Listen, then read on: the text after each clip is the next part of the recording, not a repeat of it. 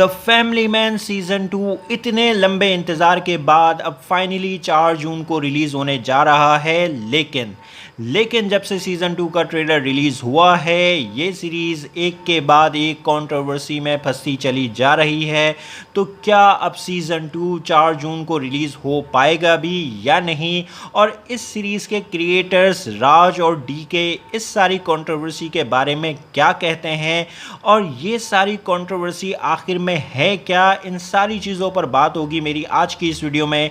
इसीलिए मेरी इस वीडियो को एंड तक ज़रूर देखें। तो जैसा आप में से बहुत से लोग ये बात जानते हैं कि Amazon प्राइम पर असल बुराई शुरू हुई थी तांडव कंट्रोवर्सी के बाद से, और तांडव कंट्रोवर्सी की वजह से ही द फैमिली मैन सीज़न 2 को भी रिलीज़ होने से रोक दिया गया था, क्योंकि तांडव कंट्रोवर्सी के बाद Amazon प्राइम और द फैमिली मैन सीरीज़ के क्रिएटर्स को ये अच्छे से अंदाज़ा हो गया था कि अगर फैमिली मैन 2 को रिलीज़ किया गया, वो भी बिना कोई चेंजेस किए हुए, तो ये सीरीज़ तांडव से ज़्यादा बड़ी कंट्रोवर्सी क्रिएट कर सकती है। इसीलिए फैमिली मैन सीज़न 2 को रिलीज़ से रोक दिया गया, और अब इस सीरीज़ में काफ़ी सारे चेंजेस करने के बाद और ये मेक श्योर करने के बाद कि इस सीरीज़ में कुछ भी ऐसा ना हो जो किसी तरह की कंट्रोवर्सी क्रिएट करे, तो फिर जाकर 4 जून को इस सीरीज़ को रिलीज़ करने का फैसला किया गया। लेकिन अब जब से सीज़न 2 का ट्रेलर रिलीज़ हुआ है, तो लोगों ने इस सीरीज़ के ट्रेलर में बस कुछ ही सीन से ये जज कर लिया है कि इस सीरीज़ में तमिल्स को आतंकवादी दिखाया गया है और उनका कनेक्शन आईएसआई से दिखाया गया है। और अब ये इशू इतना बड़ा हो गया है कि तमिलनाडु गवर्नमेंट ने ऑफिशियली ये रिक्वेस्ट कर दी है सेंट्रल गवर्नमेंट से कि इस सीरीज़ को रिलीज़ होने से रोका जाए।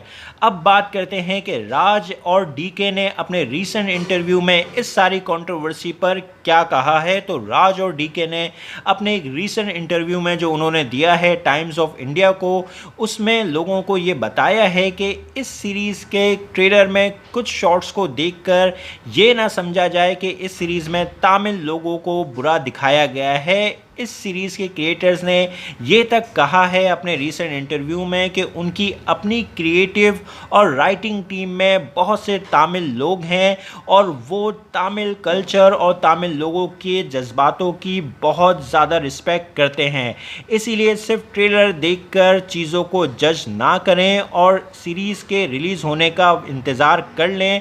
सीज़न 2 को पूरा देखने के बाद ही अपनी कोई राय को कायम करें। और ये बात इस शो के क्रिएटर्स की पूरी तरह से सही भी है, क्योंकि आप सिर्फ बुक के कवर को देखकर ये फैसला नहीं कर सकते कि पूरी बुक अच्छी है या बुरी। इसीलिए पर्सनली मैं तो आप लोगों से यही रिक्वेस्ट करूंगा कि प्लीज़ आप लोग थोड़ी मैच्योरिटी दिखाएं, एंटरटेनमेंट को एंटरटेनमेंट तक ही रखें और पूरी सीरीज़ को देखने के बाद ही कोई फैसला करें।